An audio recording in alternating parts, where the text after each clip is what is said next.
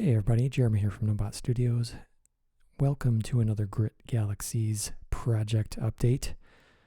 This is something that I do once a month now to let everyone know what my progress is with this, this book project, this game that I'm putting out, this sci-fi version of GRIT. So if you're new, just stopping in, please check out the Discord link below. You are welcome to join the GRIT Discord server. I also have Ko-fi if you want to drop me a couple bucks for coffee. That would be great. It fuels my writing and illustration of my books. And so today I'm just going to go over a few things that have been going on this last month and get into some details in the table of contents. And just let you know generally what's happening with this thing. So for starters, I have made a lot of progress this month with the writing. I am in a very good spot. There is very little left, actually. The biggest thing is the loot in the back of the book. I've got 12 D12 tables. All of them are itemized right now. That needs to be gone into, and the details need to be written out for those. I have a plan, and that will happen kind of after the first edit of everything else. So the idea is that I want to get the main body of the book kind of like set and then deal with the loot later. And that will be kind of dealt with incrementally, like just 2 pages at a time, so that it's easier to manage. Because, learning from Grit Fantasy, the 20d20 tables was brutal. And I just want to make that as easy as possible to get through. And I don't really need those right now for testing. So that is the plan for that. So, okay. So also I did some play testing. I did one session with the Grouch Couch crew. So big shout out to you guys. Thanks for a good game. And I plan on doing more of that this next month. So, okay, let's get into this table of contents. So, table of contents is totally solid now. I have all the numbers, page numbers put in. It's all set. The page count is 138 pages. That is not going to change. I'm at that point where it is, set. All this stuff is done. So, so the only thing I need to do in the beginning of the book is to create like a little intro blurb or quote. So that's coming, but I'm not in a big rush with that. The introduction part of this book is all completely done. I've done a little bit of tweaking in there, and I've set kind of where I want to put some images. There's going to be a couple images in that spread. This is only 2 pages for the introduction. And then moving into the core rules, not much has changed. I've gone in there and done some tweaks a little bit here and there, rewording some things or catching some mistakes. But for the most part, that is all solid. Like, I have had not to do much at all with that. So that is good. That's 12, 14 pages worth of stuff. In characters, I did do some work. If you go into step 5, the focus dice, grit, and soak, I went in there and I streamlined that. I really made that hum, okay?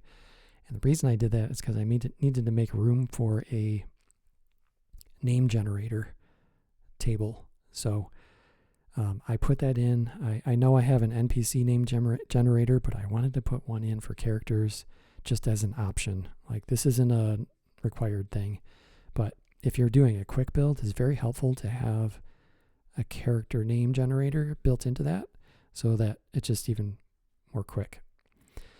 Okay, so so the name generator I think has 72 names in it.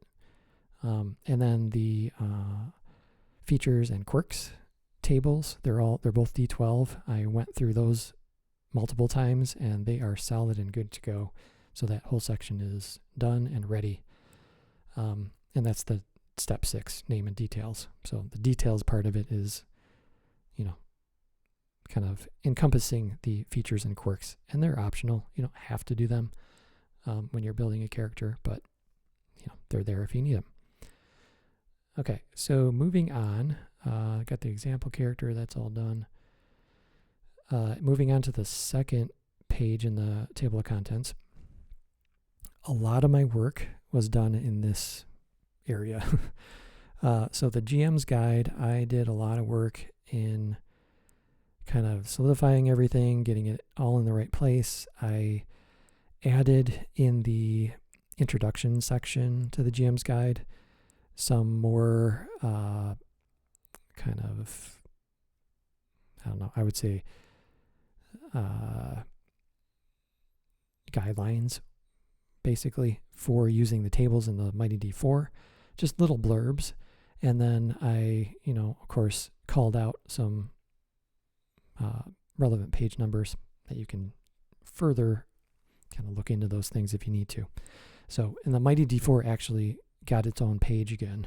So I moved hazard and conditions over, put the Mighty D4 in its own page, and I put in I think there's 4 tables in there now, and I'm pretty happy with it.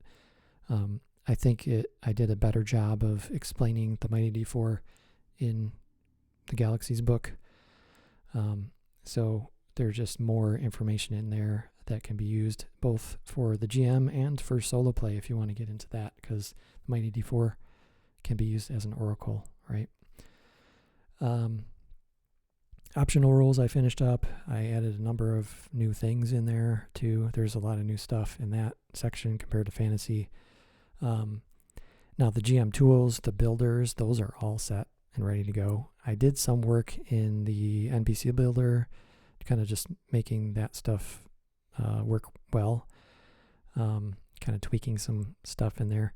And then the quick prep tables, that is where I spent a lot of time actually, because that is 6 D20 tables of just cool stuff.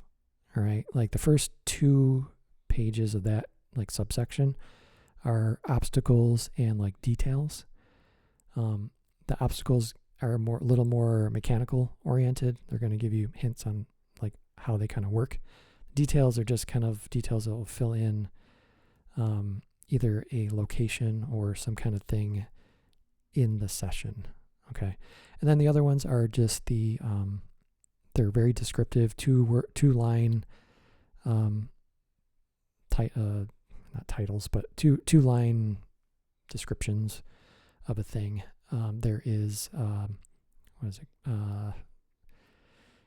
Renowned vessels, weird phenomenon. There's notable NPCs and legendary places. So, so you're going to have a lot of good stuff to draw from if you're rolling on these tables for game prep. And this is moving beyond what fantasy did.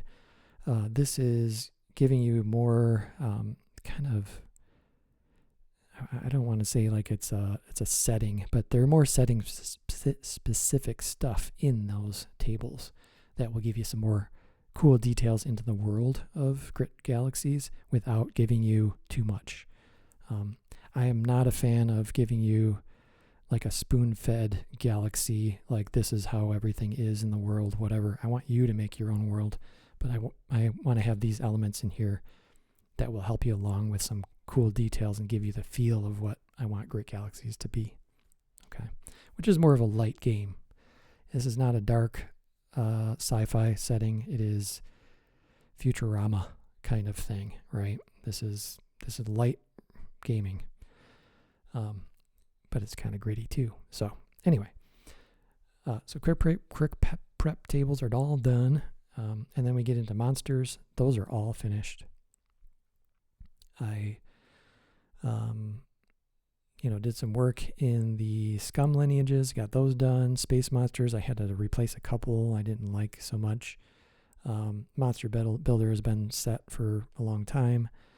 That whole section is done. Get into vehicles, you got a lot of stuff in there, and I did a lot of work in this section as well. So vehicle basics have all been filled out, how they're going to work in the game. And it covers both from the GM perspective and the PC perspective. And then it gets into some combat, which is just basically one page, because combat's going to work very much like normal combat. Again, I am going for a very simple rule set here. I am not going for a tactical war game experience with ships. That is for another system. You know, if you want that, GRIT's not going to deliver. But if you want something quick, fast, easy to put together and run quickly in your games, it's going to work great. So anyway, those are all set. I put power suits in, so that's a spread, 2 pages. And those are really basic. And basically those things just, they're not huge mechas. They're big, like 1 story tall at the most, robotic exoskeletons that the PCs can get into and pilot. They start as kind of like a working type droid machine thing. That was their original intent in their design, and then they became combat oriented eventually. So they have guns and all kinds of stuff. So they start as like a 10 grit, 1 soak kind of thing that envelops you, and then you get 3 features that you can roll for or choose from on a D20 table. So you can customize these things, right? Now, they're not meant to be like an every session kind of thing, but I think as a GM, they would be put in as like a special assignment thing, right, from the ship. And you go out and do these things, like maybe you got to go out and scrap an old ship or something, and you need those big machines to kind of like do the work. And of course, there might be a monster lurking about. So anyway, that's power suits. I'm glad they're done and they're good to go. So, and then moving into loot, I've already kind of talked about that. Categories are all set up. I've got all the items in there, like kind of at least titled. Some of them are actually written out, maybe a dozen or so. But I'm going to get into that later. That'll be in another update, I'm sure. And then moving into odds and ends, I added solo tips because I'm seeing possibility for solo play with GRIT, a very distinct possibility, right? Everything is rollable in the game. And then with the builders and quick prep tables, you got a lot to work with. So, and also there's a video from Geek Gamers about GRIT being soloable. What a weird word. And I've got Coyote, who has been running solo with GRIT Fantasy. So I wanted to put this in. It's not a super in-depth thing, but it is some helpful pointers and how to set up your character. It gives you some ideas for NPCs and I call them companions. There's rules for using the Mighty D4, or just pointers really, not really rules. Making rolls, combat, setting up monsters, just some basic stuff, but I thought it would be fun to have that in the book for your reference in case you wanted it.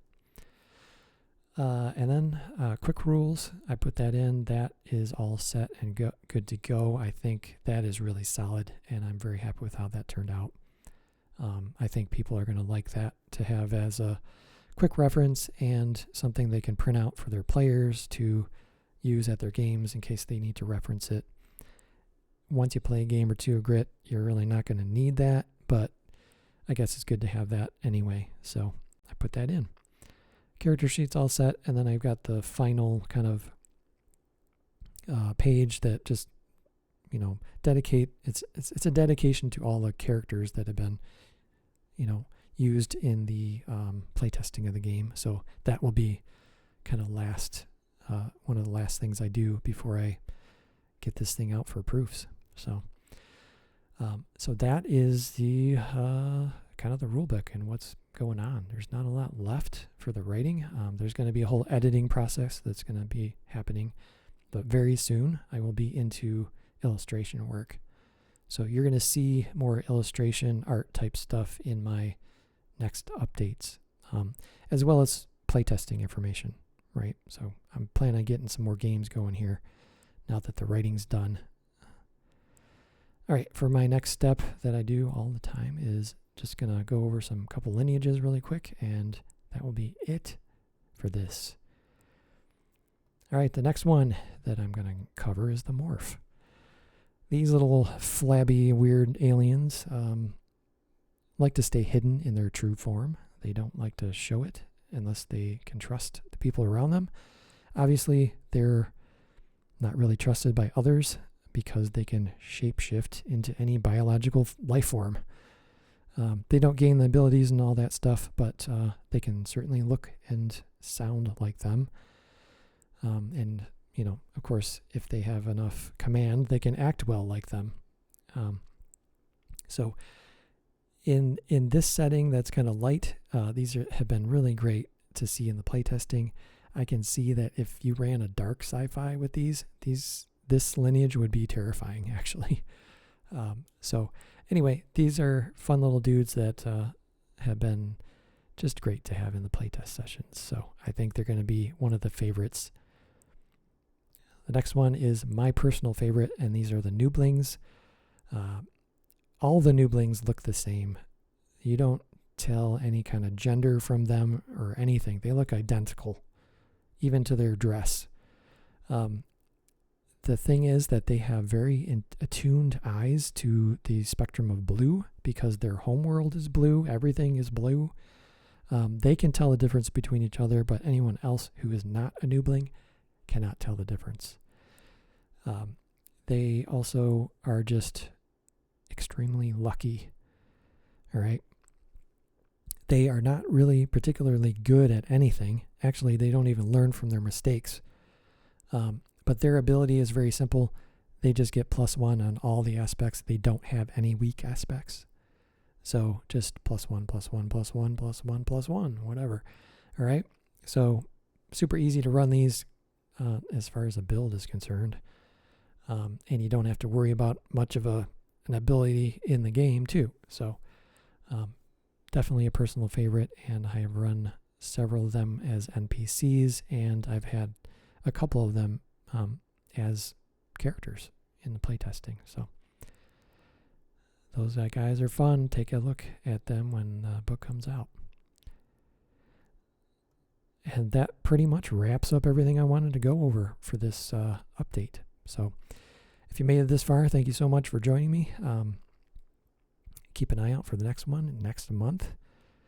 Hopefully I'll be, at that point in a good spot with getting in on the illustrations and some more playtesting.